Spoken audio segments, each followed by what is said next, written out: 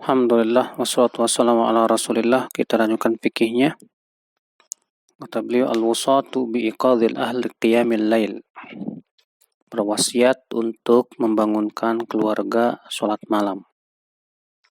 Dari Abu Hurairah, semoga Allah meridhoinya, ia berkata, Rasulullah SAW bersabda, semoga Allah merahmati seorang laki-laki atau seseorang yang bangun di waktu malam, lalu ia sholat dan membangunkan istrinya. Jika ia tidak mau bangun, maka dipercikan ke wajahnya air.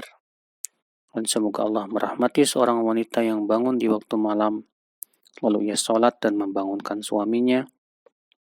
Dan jika ia tidak bangun, maka ia memercikan air di wajahnya. Diriwayatkan Imam Abu Daud dan yang lainnya.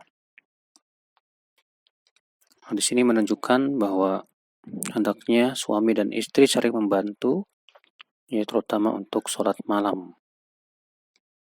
Ar-ruqud wa tarkus shalah idza ghalabun nu'as.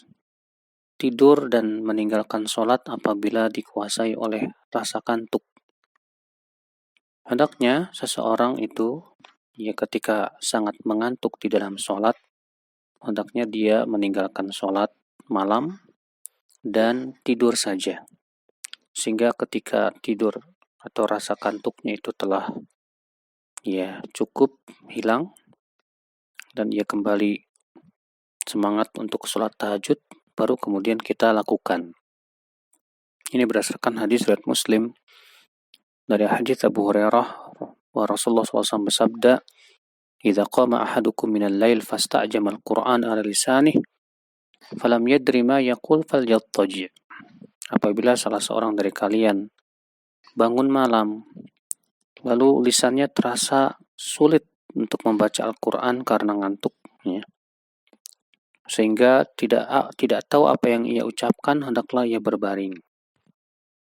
Dan dari Anas, ia berkata Rasulullah SAW masuk ke masjid, dan di masjid ada tambang atau tali yang terikat di antara dua tiang.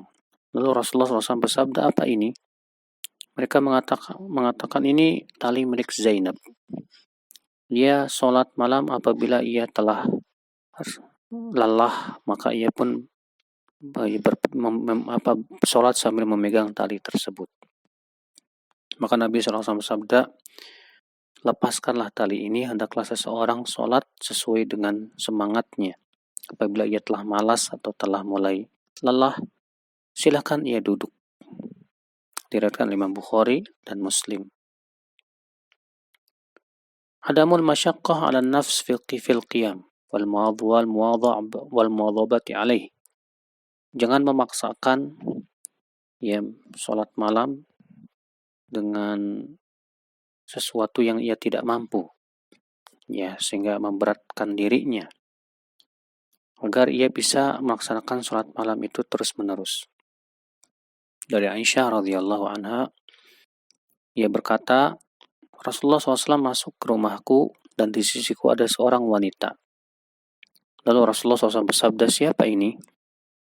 Aisyah berkata, ia seorang wanita yang tidak pernah tidur di waktu malam. Dia hanya sholat saja. Kata Rasulullah, jangan begitu. Hendaklah kalian mengamalkan apa yang kalian mampu. Demi Allah, Allah tidak akan merasa bosan sampai kalian yang bosan. Dan adalah, kata Aisyah, amal yang paling disukai oleh beliau, yang langgeng, dan dilakukan secara terus-menerus. Diriwayatkan Bukhari dan Muslim. Dan disebutkan dalam riwayat Aisyah juga bahwa Rasulullah SAW ditanya, amal apa yang paling dicintai oleh Allah? Maka Rasulullah menjawab, yaitu yang paling langgeng walaupun itu sedikit. Diriwayatkan